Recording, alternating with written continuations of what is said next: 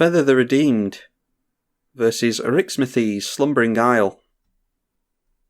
Now we need another white source there, but we've got too much mana to pass that up, so we'll have to rely on dumb luck. We've got plenty of fetches in the deck, so yeah, I think we should be able to get into another white source.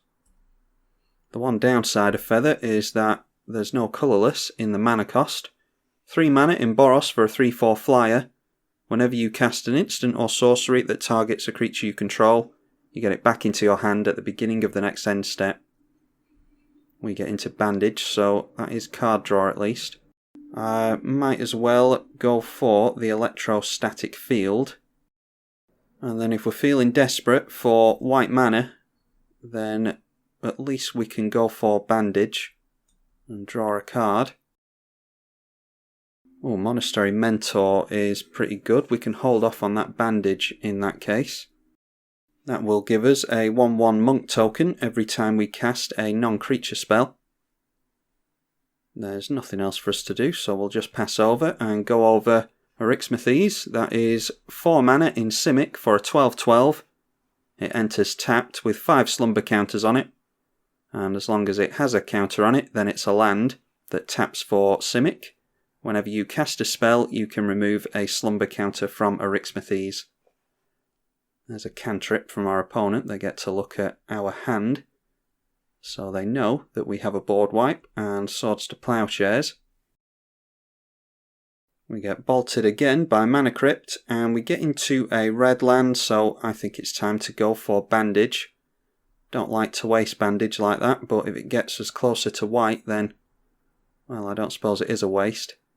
There's plenty of instant speed cantrips in the deck. Electrostatic Field will ping our opponent whenever we cast an instant or sorcery. Alright, well, there's nothing we can do. Might as well get down the land, and we will swing in with Monastery Mentor, which got buffed off of Prowess. Okay, Cyclonic Rift onto the Monastery Mentor. I don't mind seeing Cyclonic Rift for only 2 mana. Then a Voyaging Satyr. That will untap a target land.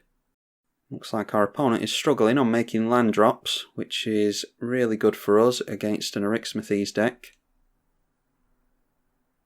Finally won a flip, and finally get into a plane, so we just windmill slam Feather here.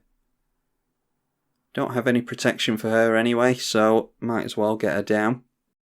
And we will pass the turn. We can't buff the Monk, which has Prowess, so might as well just pass at that. If they get into a third land, they can get down their Arixmethes here, and then start making use of the extra mana from the Voyaging Satyr. But it looks like they don't. Maybe they have a Cultivate or something like that. Alright, a Rites of Flourishing. That gives us card draw as well. But it lets everyone play multiple lands, which is really what our opponent wants to be doing. They just seem to be struggling on that so far, unfortunately. That does get us into a land though. So let's go for Open the Armory. We can keep hold of a white mana for Ajani's Presence. That will trigger Prowess on the Monk. And ping our opponent with Electrostatic Field. Now, why not go for Sword of Feast and Famine? Or, actually, I think Umezawa's Jitte is going to be better, isn't it? Our opponent may scoop to Umezawa's Jitte, but we have to get as much good stuff down as we can. Yeah, that's unfortunate. What we were going to do there is hit our opponent with Feather, and that would put some counters on the Jitte, and then we could minus this down twice. They should have drawn into some cards with the Rites of Flourishing first. You never know, they might have ripped into 2 lands off the top, and they would have been able to play both of them. But we were ahead on mana. We would have had protection for Feather with the Ajani's Presence, so maybe we just ran away with that one a little bit too quickly, even if we did struggle on white mana at first. Not a very satisfying one, so we'll get another game going. Feather the Redeemed against the very explosive Prossh Skyraider of Kher. Yeah, I have to remake my Prossh deck at some point. I actually deconstructed it because it was too consistent and it got very boring very quickly. We'll keep that. We can go for a Mana Rock off the Enlightened Tutor if we want to. A turn 2 Mana Rock isn't terrible. A tap land for our opponent. We will go for the Plateau and hold up the Enlightened Tutor. A Nature's Law. Noteworthy that they didn't go for the super spiky Wasteland play. We'll go in for our turn 2 Mana Rock. Yeah, might as well make it the Fire Diamond, because that is one of the rocks that comes in tapped. We don't want to draw into that later. And this way we can go for Feather next turn and then hold up Reckless Rage. That will deal 2 damage to Feather, but 4 damage to a creature that we don't control. And then we obviously get that back into our hand with Feather. And Feather has 4 toughness, so we can Reckless Rage at least once. And Ophiomancer. Ophiomancer's a really good card. Shouldn't be too effective against us in a Feather deck though. We'll just get down a Mountain, and we'll use that for Reckless Rage. Make sure to tap down our Plateau, just in case they want to Wasteland that. And then we'll save Reckless Rage, because we don't know what our opponent's going to do next turn. And we might be desperate to get Reckless Rage onto something else other than the Ophiomancer. A Green Sun Zenith for 3. That could be a Reclamation Sage on the Fire Diamond. No, they're just going for a Sakura Tribe Elder. This isn't as crazy a start as Prossh can often get off to. Let's just Reckless Rage on the Ophiomancer. Oh, and I did that during the end step. Haven't played Feather in a while. Should have gone for that during the second main phase. Then we would get it back into our hand at the end step. As it stands now, we'll have to wait until our end step to get Reckless Rage back. Don't think it's going to matter. Pyromancer's Goggles. And we have Balefire Liege in hand as well, so we can actually go for multiple copies of Reckless Rage. Let's go Ancient Tomb. We'll get down the Balefire Liege. This will give +2/+2 to Feather. And whenever we cast a red spell, we Lightning Bolt a player or Planeswalker. And whenever we cast a white spell, we'll gain 3 life.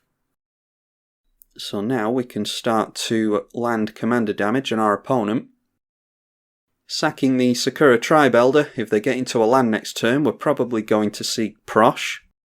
That Reckless Rage comes back into hand at the end of our turn. And with the Pyromancer's Goggles, if we cast the Reckless Rage with that, then we can copy the spell and choose new targets for the copy, which means we can throw 8 points of damage around for 1 mana at instant speed. Okay, Underrealm Lich. This is a very strange Prossh deck. We can blow that up with Reckless Rage though. Our opponent knows that we have that card as well. This time we'll do it during the second main. And because we cast a red spell, we get to bolt our opponent. Alright, they've decided to pay the 4 life into Underrealm Lich. And that means that they get to tap it down and give it indestructible. We're going to get Reckless Rage back into our hand anyway, so if they want to keep taking damage to keep that thing lying around, then that is no problem. And this time we get it back into our hand at the end of our opponent's turn. Okay, God's Willing is good to have as well because it's protection from a colour, which is really good with spot removal. Prossh, by the way, when you cast this spell you get X01 red Kobold tokens, where X is the amount of mana spent to cast Prossh. You can sack another creature for fire breathing. It's a 5/5 for 6 mana in Jund with flying. Let's get down the plains and we'll get this Pyromancer's Goggles on the go. And now with this we can cast Reckless Rage. And we'll target Feather. Feather will trigger, Balefire Liege will trigger. And then the Reckless Rage gets copied. and we can choose new targets for the copy, or we can just have the same targets. In this case, we'll just keep them the same because Feather will not die to 4 points of damage thanks to the buff from Balefire Liege. That thing does have indestructible now, so yeah, we could have changed the targets over to the snake, but I don't really care about that, to be honest. Let's swing in with Feather for 5 points of damage. They're taking a lot of hits. I think that's 8 life so far from the Underrealm Lich that they've taken, but they're obviously very eager to get some mill action with Underrealm Lich. Haven't gotten to use the Pyromancer's goggles though, so that's good to show that off. They get rid of Sidisi, Undead Vizier, and Violent Ultimatum. Then going for a Farseek. Yeah, Ramp is the least of their concern at the moment. But they clearly haven't top-decked into a land for Prossh, which is what they needed. But we could have gotten rid of Prossh anyway, thanks to the double Reckless Rages. So I don't think there was ever anything our opponent was going to do, even if they did get into more mana. Let's see if they want to take more life again. We will ball our opponent with Balefire Liege.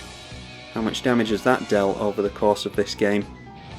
Oh, and they actually can't pay for the Underrealm Lich because they've been knocked down to 3. So yeah, all that happens there is we swing in with Feather next turn and take our opponent down to 0. Couple of games there. I do have other commanders to get going, so hopefully you all enjoyed this Feather the Redeemed game. I'm tribalkai on the EDH channel. Thank you for watching.